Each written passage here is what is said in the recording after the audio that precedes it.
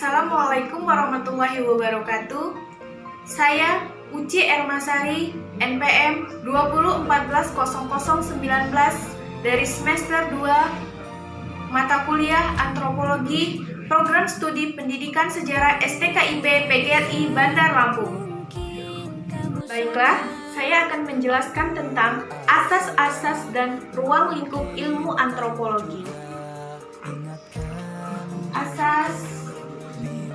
Asas dan ruang lingkup ilmu antropologi. Yang pertama adalah fase-fase perkembangan ilmu antropologi. Yang pertama adalah fase perkembangan ilmu antropologi. Fase-fase ini dibagi menjadi 4 fase. Yang pertama adalah fase sebelum 1800. Fase sebelum 1800. Selama 4 abad berselang, dimulai sejak abad 15 hingga permulaan abad ke-19, bangsa Eropa menularkan pengaruh besar terhadap berbagai bangsa, suku, masyarakat, hingga budaya setempat. Yang kedua adalah fase sekitar abad ke-19. Fase sekitar abad ke-19. Fase sekitar abad ke-19 ini, pada pertengahan abad ke-19, antropologi lebih condong digunakan untuk mengklasifikasikan tingkat-tingkat budaya dan sejarah penyerahan kebudayaan masyarakat kuno.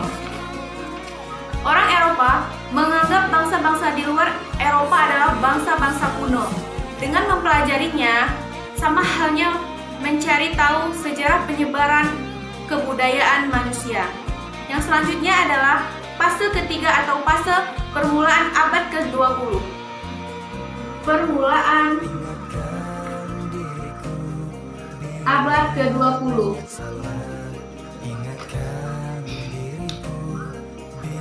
Pada permulaan abad ke-20, bahan etnografi lebih dipahami lagi demi mengetahui seluk-beluk suatu bangsa, mempelajari kelemahan-kelemahannya, serta cara menaklukkannya. Masa ini memperlihatkan bahwa disiplin antropologi berperan aktif sebagai ilmu terapan. Yang selanjutnya adalah fase keempat, yaitu sesudah kira-kira 1930. Sesudah kira-kira 1930. Oke. Pada masa ini, perkembangan antropologi bertambah pesat dan luas. Bertambahnya pengetahuan yang lebih teliti dan ketajaman dalam metode penelitian ilmiah sangat mengesankan. Adanya perkembangan yang sangat pesat ini mengakibatkan hilangnya sedikit demi sedikit masyarakat primitif dan kebudayaan-kebudayaan kuno. Dan yang selanjutnya adalah yang kedua, antropologi masa kini. Yang kedua, antropologi masa kini.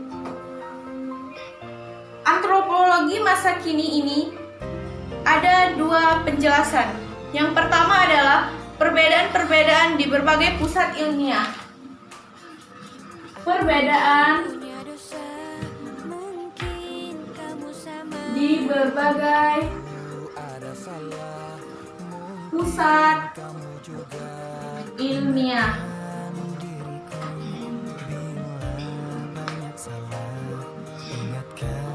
Semakin berjalannya waktu, kejelasan mengenai tujuan dan ruang lingkup antropologi semakin diperlukan. Namun, ada kenyataannya, dikarenakan masih tergolong muda, maka aliran antropologi mengalami perbedaan-perbedaan berbagai pusat ilmiah, terutama di Amerika Serikat, Inggris, Eropa Tengah, Eropa Utara, Uni Soviet, dan negara berkembang lainnya. Yang pertama di Amerika Serikat. Ilmu antropologi telah memakai dan mengintegrasikan seluruh warisan, bahan dan metode dari ilmiah antropologi dalam fase pertama, kedua, dan ketiga. Artinya, ditambah dengan berbagai spesialisasi yang telah dikembangkan secara khusus untuk mencapai pemahami tentang dasar-dasar dan keberagaman bentuk masyarakat, kebudayaan manusia dan tampak pada masa sekarang ini. Artinya, universitas-universitas di Amerika Serikat adalah tempat antropologi dalam fase keempat telah dikembangkan seluas-luasnya. Dan yang selanjutnya di Inggris. Di Inggris, ilmu antropologi dalam fase perkembangan ketiga masih dilakukan, tetapi hilangnya daerah-daerah jajahan Inggris, maka sifat ilmu antropologi tentu juga berubah. Para sarjana antropologi bangsa Australia mempelajari suku-suku bangsa asli Papua Nugini dan Melanesia untuk keperluan pemerintahan jajahan-jajahan di sana. Dalam hal ini, metode antropologi yang telah dikembangkan di Amerika Serikat juga sudah mulai mempengaruhi berbagai lapangan penelitian para ahli antropologi di Inggris. Next, yang selanjutnya di Eropa Tengah. Ilmu antropologi masih bertujuan mempelajari bangsa-bangsa di luar Eropa untuk memahami sejarah penyebaran kebudayaan seluruh umat manusia di muka bumi ini. Sifat antropologi masih berada di fase kedua. Dan yang selanjutnya di Eropa Utara. Di Eropa Utara, ilmu antropologi bersifat akademikal. Keistimewaan terletak di hasil penelitian tentang kebudayaan suku bangsa Eskimo. Dan yang selanjutnya di Uni Soviet. Ilmu antropologi di luar tidak banyak dikenal karena Uni Soviet hingga kira-kira tentang 1960 memang mengisi aliansi kan diri dari dunia lainnya. Aktivitas penelitian antropologi Uni Soviet berdasarkan konsep Karl Marx dan Franz Engels mengenai tingkat evolusi masyarakat. Ilmu antropologi di Indonesia menunjukkan bidang yang praktis, yakni secara masyarakat dan budaya suku bangsa, dan merupakan penduduk wilayah Uni Soviet dari dalam hal memamerkan bahan itu. Baiklah, yang selanjutnya ada perbedaan-perbedaan istilah. Perbedaan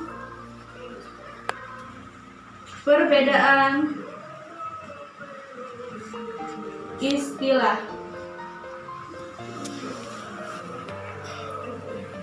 Pada saat ini digunakan berbagai macam istilah yang dipakai berbeda. Berikut ini adalah istilah-istilah yang sering digunakan. Yang pertama adalah etnografi.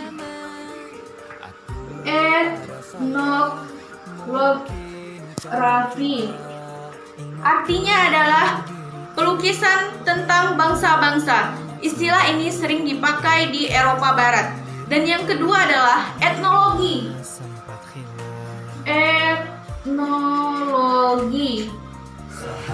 Etnologi ini adalah ilmu bangsa-bangsa. Istilah ini sering dipakai di Amerika Serikat. Dan yang selanjutnya adalah kulturkunde.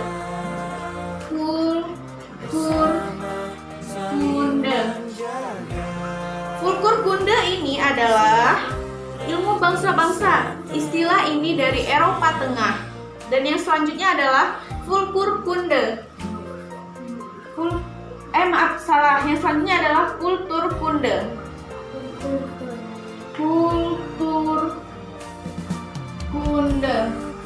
Kulturkunde ini adalah ilmu kebudayaan. Pernah dipakai oleh antropolog L. Frobenius dari Jerman dan guru besar Universitas Indonesia G.J. Help. Dan yang selanjutnya adalah antropologi.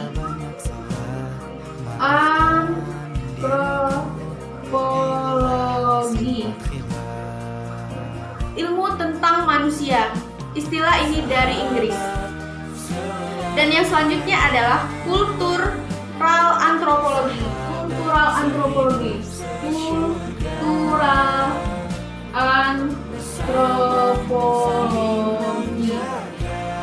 kultural antropologi ini adalah antropologi budaya. Istilah ini sering dipakai di Universitas Indonesia. Dan yang selanjutnya adalah sosial antropologi. Sosial antropologi. Sosial antropologi ini dipakai di Inggris untuk menyelesaikan fase-fase kebudayaan antropologi sebelumnya. Sedangkan di Amerika Serikat sering dipakai sebagai sub ilmu bagian dari antropologi. Yang ketiga adalah ilmu-ilmu bagian dari antropologi. Tiga, ilmu bagian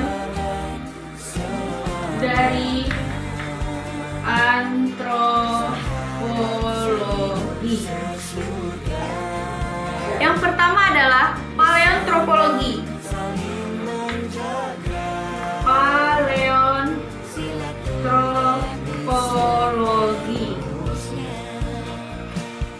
Paleontropologi adalah ilmu bagian yang membahas tentang asal-usul atau terjadinya evaluasi manusia dengan menggunakan bahan-bahan penelitian berupa sisa-sisa tubuh yang telah membantu atau yang sering disebut dengan fosil. Yang kedua adalah antropologi fisik. Antropologi fisik. Antropologi fisik. Antropologi fisik ini mencoba mencari sesuatu pengertian tentang sejarah terjadinya angka warna makhluk hidup dipandang dari sudut ciri-ciri tubuhnya. Dan yang selanjutnya adalah etnolinguistik. Etnolinguistik.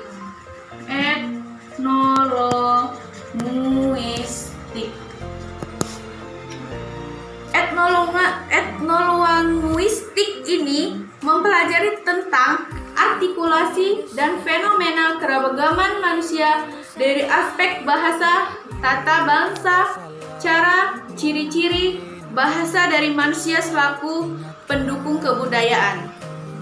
Yang selanjutnya adalah prehistory.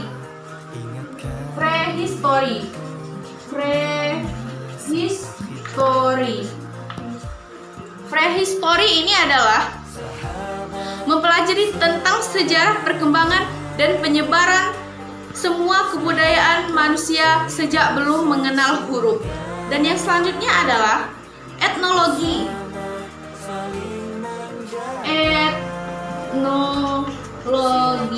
Etnologi ini adalah mencoba mencari pengertian mengenai asas-asas manusia dengan mempelajari aneka warna kebudayaan dan ada dalam kehidupan manusia.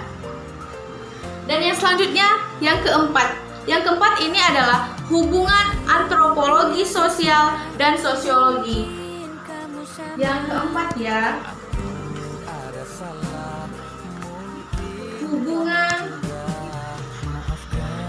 antropologi sosial dengan sosiologi. Yang pertama adalah persamaan dan perbedaan antara kedua ilmu. Persamaan dan perbedaan antara kedua ilmu. Yang dimaksud ini adalah antropologi sosial dan ilmu sosiologi. Jika dilihat secara sepintas, maka akan dikatakan sama. Mencari unsur-unsur yang diantara beragam masyarakat dan kebudayaan manusia. Tujuannya pun sama, yaitu untuk mencapai pengertian tentang asas-asas hidup masyarakat dan kebudayaan manusia secara umum. Namun, yang membedakannya adalah latar belakang dan sejarah perkembangan kedua ilmu tersebut. Perbedaan kekhususan pada pokok dan bahan penelitian, perkembangan beberapa metode dan masalah yang khusus dari kedua ilmu ini. Yang kedua adalah ilmu perkembangan sosiologi. Ilmu perkembangan Sosiologi. Ilmu perkembangan sosiologi ini adalah ilmu sosiologi pada awalnya merupakan cabang dari ilmu filsafat sosial untuk mempelajari masyarakatnya. Pada abad ke-19, setelah timbulnya masa kritis Eropa seperti Revolusi Prancis, Revolusi Industri, dan sebagainya, kemudian para ahli seperti H.J. Saint-Simon dan Auguste Comte merasa perlunya ditekankan penelitian terhadap masyarakat Eropa. Oleh karena itu, ilmu filsafat sosiologi menjadi sejajar dan memisahkan diri. Pada masa ini, sosiologi mempelajari masyarakat secara khusus saja, yakni masyarakat Eropa. Baiklah, itulah penjelasan saya. Yang pertama adalah fase-fase perkembangan ilmu antropologi.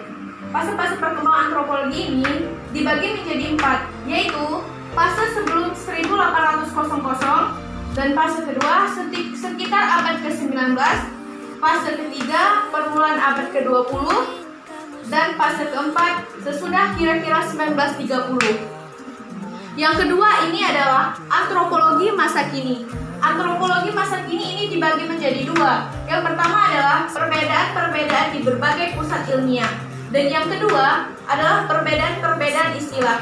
Dalam perbedaan-perbedaan istilah ini dibagi menjadi beberapa hal, yakni ada antropologi, etnologi, kulturkunde, antropologi, kultural antropologi, dan antropologi dan sosial antropologi.